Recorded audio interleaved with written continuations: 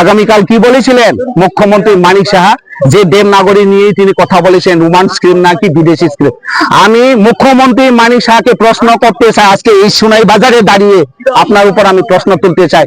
আপনি তো রোমান স্ক্রিপ্টে পড়াশোনা করে ডক্টর হয়েছেন, আপনি কি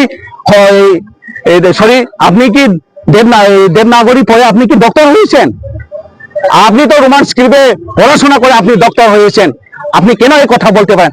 আপনি যদি জনজাতি দরদি হয়ে থাকেন তাহলে আপনি সাধারণ আজকে ত্রিপুরা সারা লিখবো, এক্সাম দিব, আমি কোন ভাষায় এক্সাম দিব, আপনি ওটা তো আপনি পাস করতে পারেননি। আপনি যদি এত জনদরদি হয়ে থাকে তাহলে আপনি দেবনাগরিক বদলা আপনি রোমান স্ক্রিপ্ট করে দেখান।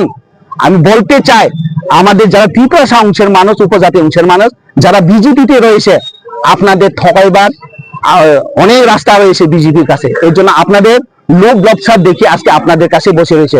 আনসানি বুঝবো বলপতি কবি ত্রিপুরা সানা হামজা আলাই, এত যদি ত্রিপুরা সানা হামজা আলাই বক্তা মানে দেবনাগরিক না বাংলা অক্ষর শুয়ে নাই তামানে বাই হেনালাই চিনি ত্রিপুরা সা পিছাই টঙাই টংঠ আপনি বাই না বক ইংলিশ বাই হেলাই চিনি ত্রিপুরা সারক লেখাপড়া নাই আপনি বাই রোড গিয়া বক আপনি বাই না চিনি ত্রিপুরা সারক সাকা থাঙালাই বক সঙ্গে অরাই বড়াই খালাই জানি কি আপনি বাই বক কোনো দিন ইংলিশ স্ক্রিপ্ট বাই খালাই গিয়া বই সাই দङ তামানে সা যে দেবনাগরিক বদলা রোমান স্ক্রিপ্ট কেন হবে?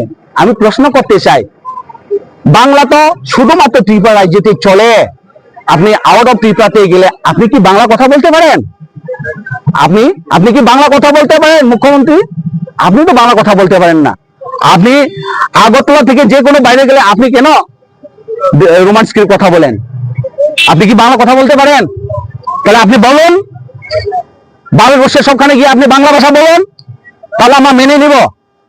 আপনি তো নিজে বাংলা ভাষা ব্যবহার করতে পারেন না বাইরে গেলে, আপনি তো আজকে রোমান স্ক্রিপ্ট ব্যবহার করেন।